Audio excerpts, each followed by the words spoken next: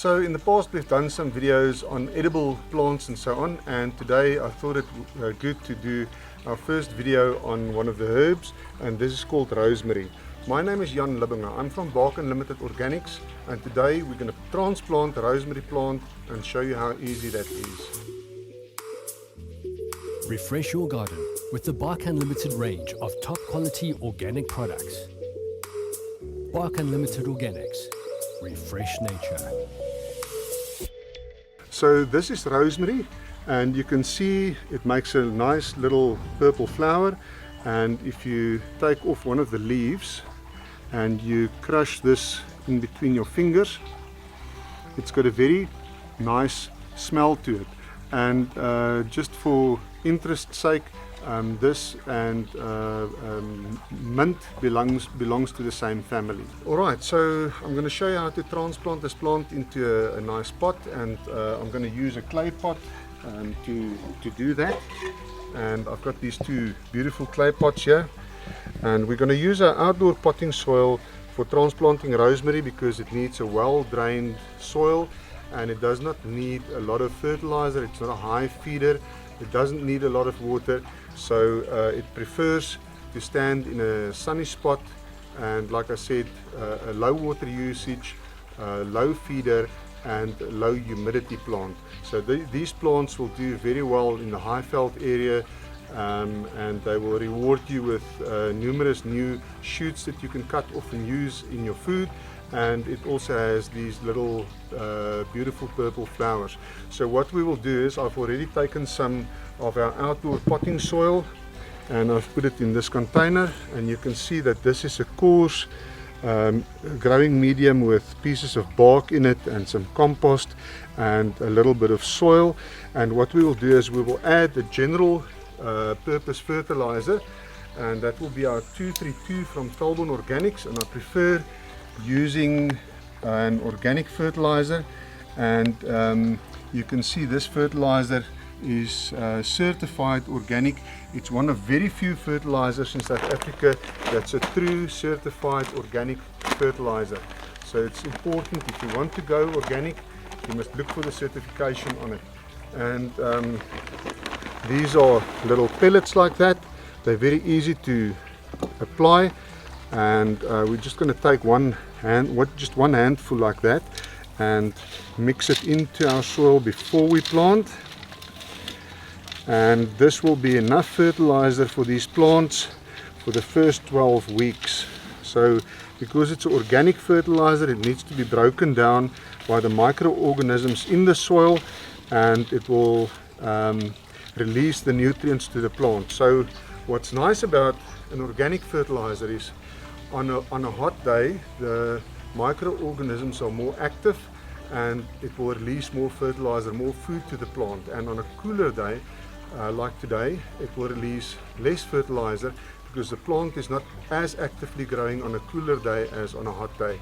So organic fertilizers has got their natural way of balancing the availability of the nutrients to the plant. So we'll just go ahead and put some of the growing medium in the pot, and I'm going to do both of them at the same time, and we'll just press down slightly on it.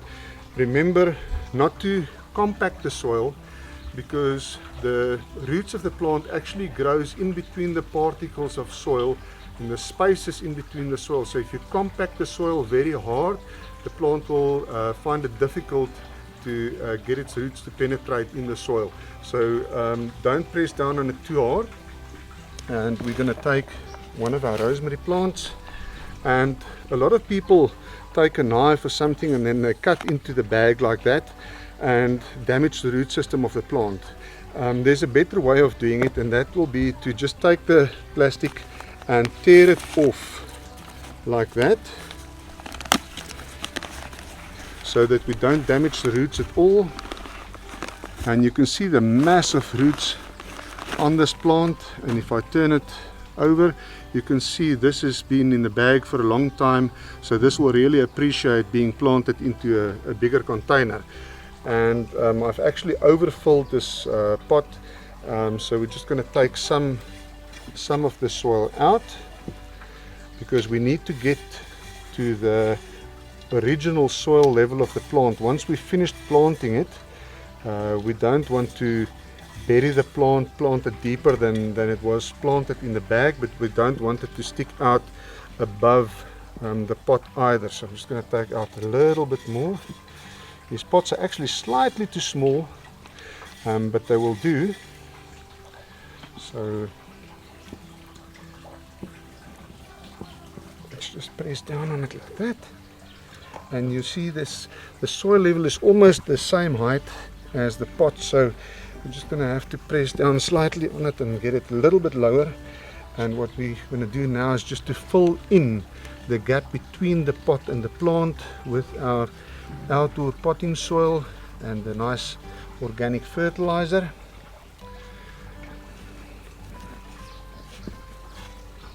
And we just need to get to that same soil level again.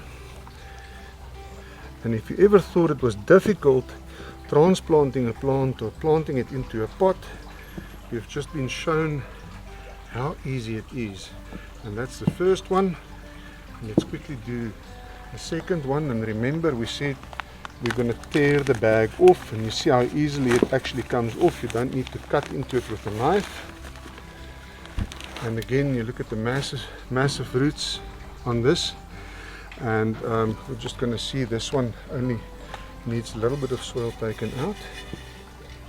So you can't really go wrong. Even if you put in too much soil, you can always take out some of it, and if it's too little, you can always add a little bit more.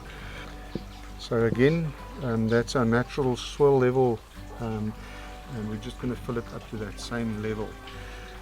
And I fairly like putting a mulch on all my plants, and I normally use bark products and so on, but I think for these ones, they in the small pots, there's a little added bonus. Look at the earthworm, so that also is a good indication that the soil that we're using is very healthy. And we'll just dig a little hole in the pot and put the earthworm back, and we've just covered up the little earthworm, and this will create a lot of nutrients for the plant, natural plant food.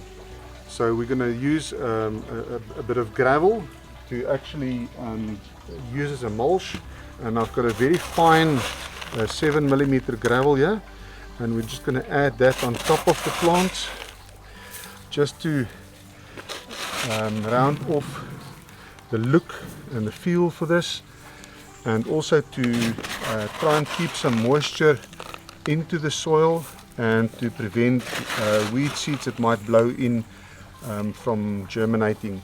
And you can see how beautiful this already looks, and we're going to do the other one.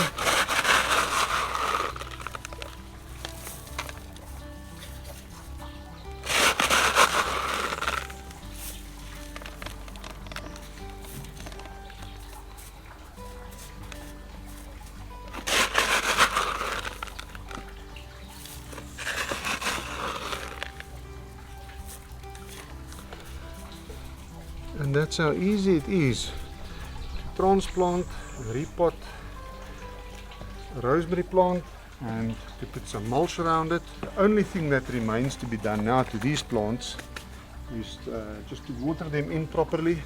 And we're just taking a watering can, and we'll water them properly so that the water actually comes out the bottom of the pot. And we also can wash clean the gravel that we've put on, and that will look very nice, and that should be fine. And these plants only need, in summer you need to water them about twice a week, and in winter you can water them once a week.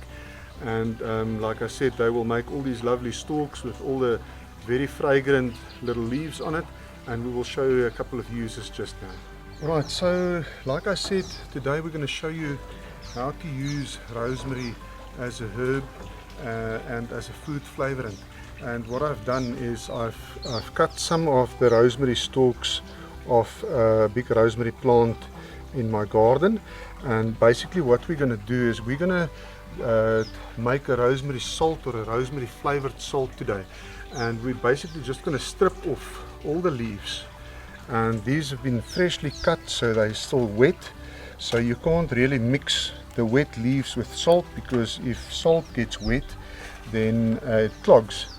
And okay, so we're just stripping off all the leaves of these rosemary stalks, and we're not going to use the stalks in our salt. We're just going to use these leaves, and they come off fairly easily. And what we will do is spread them out on a baking plate, just like that, not too thick. And what we're going to do is now we're going to put these in the oven at 80 degrees Celsius for about 3 hours for them to dry out completely, because we don't want them to be wet when we put them into the salt. 80 degrees Celsius, don't put it higher and think you're going to dry it out faster. They're going to burn and then they're not going to taste the same. So what we've done is I've actually done this whole exercise yesterday in order to save some time for the video, and this is what the rosemary looks like once it comes out of the oven and it's dry. So what we will do is we'll just take a chopping board and a nice sharp knife, and we will empty this out on our chopping board. What we'll do now is just chop this up into slightly smaller pieces so that it can mix better with our salt. And you can see how dry this is. It's gone completely brittle, which is what you want, because then there's no more moisture left in it, and you'll only get that nice rosemary flavor with your salt.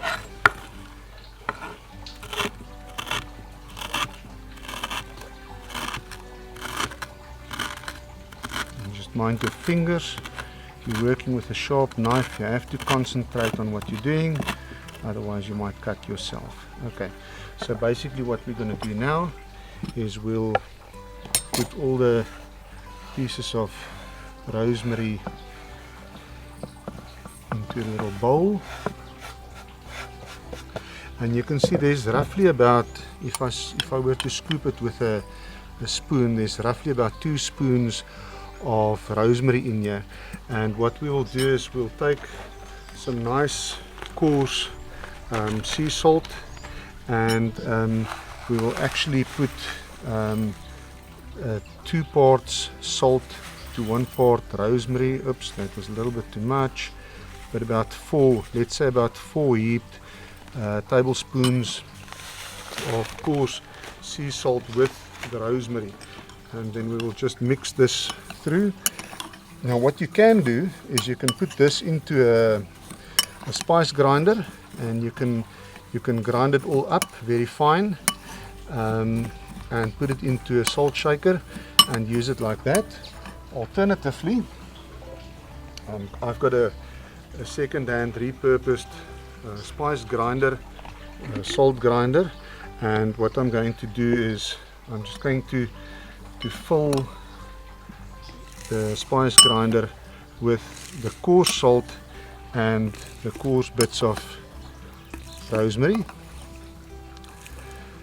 and then we're going to use the grinder and grind it. So whenever you want to put some rosemary salt on your meat, then it's like almost like freshly ground rosemary and salt. And there you go. Now imagine if you fill this up, how lovely this is going to look. And I wish you could smell this. This is beautiful stuff. So if you put this, the top on again, and you use your grinder, you will see the salt and the rosemary will all get grounded up, and if you put that on meat, it's going to be very, very nice. So that's the use for the little leaves and so on. And then I've also saved the stalks, and these also still have the rosemary oil in them and the very nice rosemary smell.